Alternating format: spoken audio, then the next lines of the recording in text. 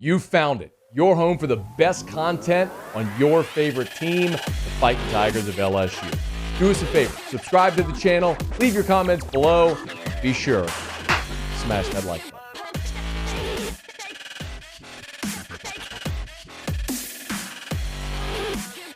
The early signing period, which opened today, runs through Friday. So they're not done. More players can still sign between now and Friday. Brian Kelly also said they will not announce the transfer portal additions until Friday. So there is still more work here to be done and more news to come, to be sure. There are 25 signees as a part of LSU's class right now. 25 that have sent in their letter of intent. They will be LSU Tigers.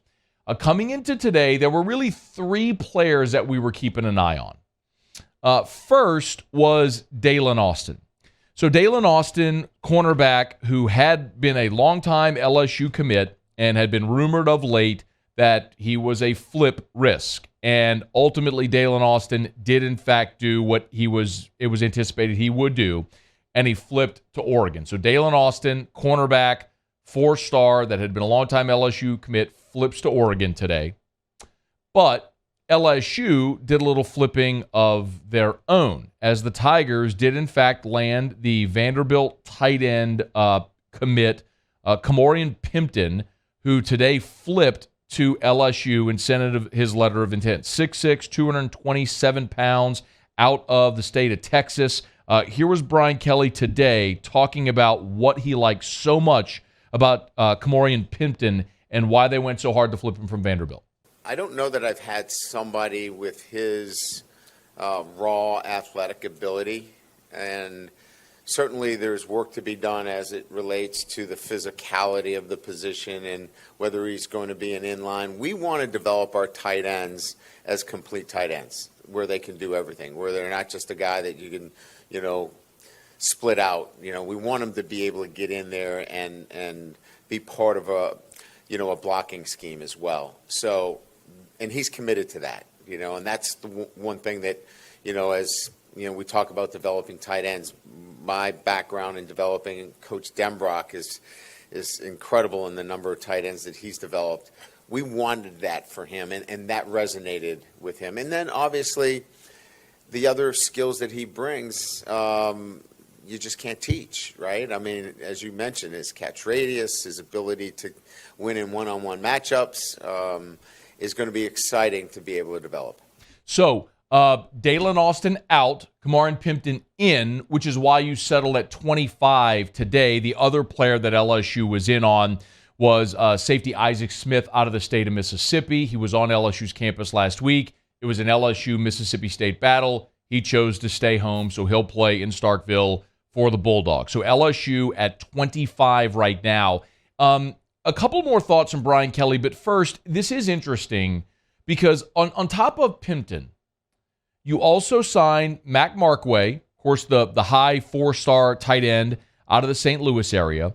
And last week, we talked about when LSU got the commitment from the third tight end in this class, who was a late ad in Jackson McGowan, who sent in his letter this morning. So LSU's got three tight ends in this class, on top of Mason Taylor returning, and they're still going to be looking in the portal potentially for some veteran presence at that position. But it is pretty incredible for this staff to be able to get 3 tight ends in the same class, which speaks to Brian Kelly and Mike Denbrock and their ability, willingness, and proof in their history of playing multiple tight ends. Listen, Brian Kelly at Rotary before this past season was asked about that. He's like, hey, how are you going to play 2 tight ends when you don't have 2 tight ends? Here's what he said.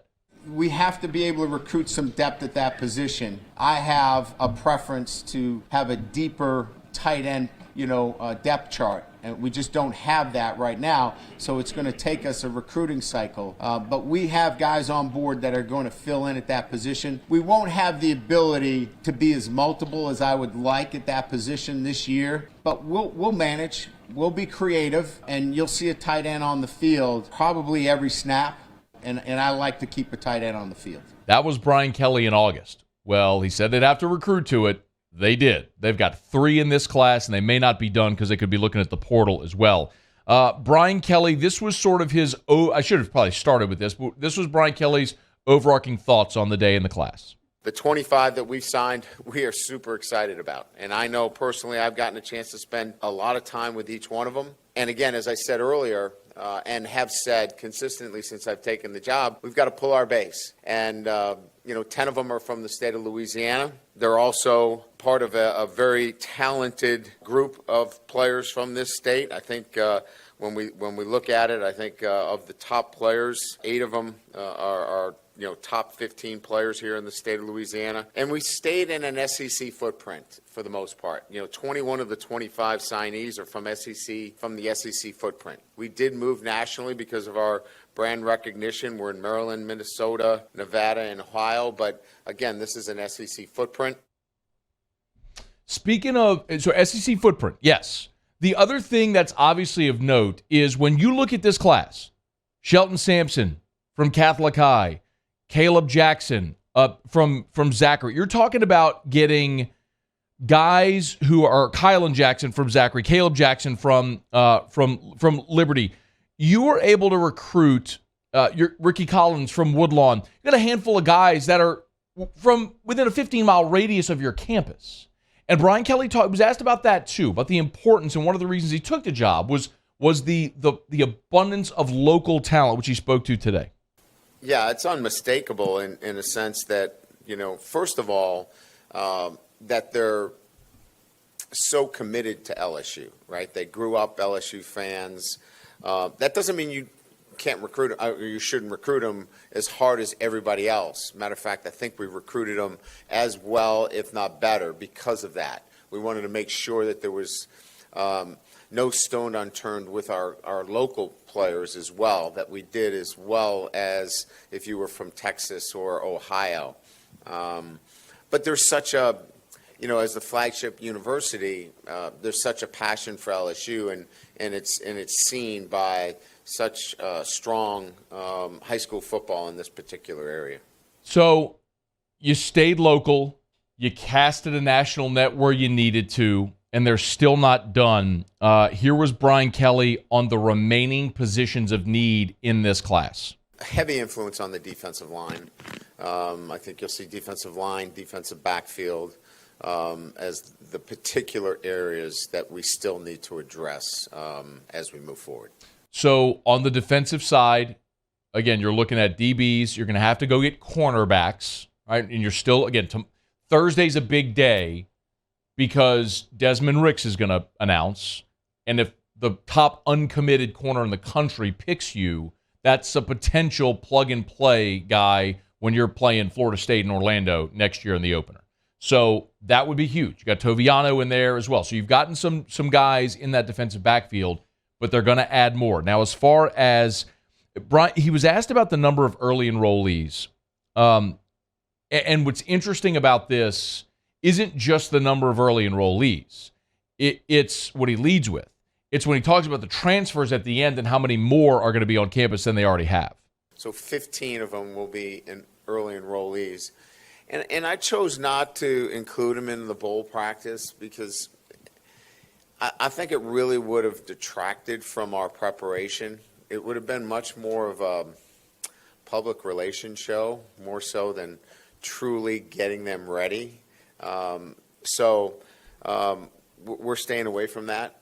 But we have a number of guys, as you mentioned, 15 of them that will come in early, not to mention, we're going to be anywhere from, looks like 8 to 10, maybe 8 to 10 in the transfer window. So you're talking about 23 mid-year enrollees. Keep in mind.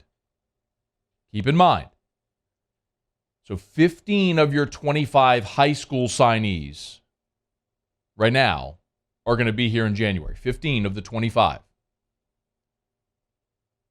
You have 4 transfer portal guys committed.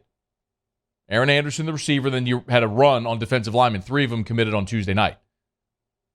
That's Brian Kelly telling you 8 to 10 portal guys will be here. You got 4 committed. Translation, fireworks are coming here in the next couple of days or potentially weeks as the portal window remains open, but they ain't done adding portal transfers right now because he's expecting 4 to 6 more on campus going through spring drills whenever the semester starts. So today's a big day, but they ain't done. Hey, thanks so much for watching. Please leave your comments. I love to interact, and be sure to hit the red subscribe button below.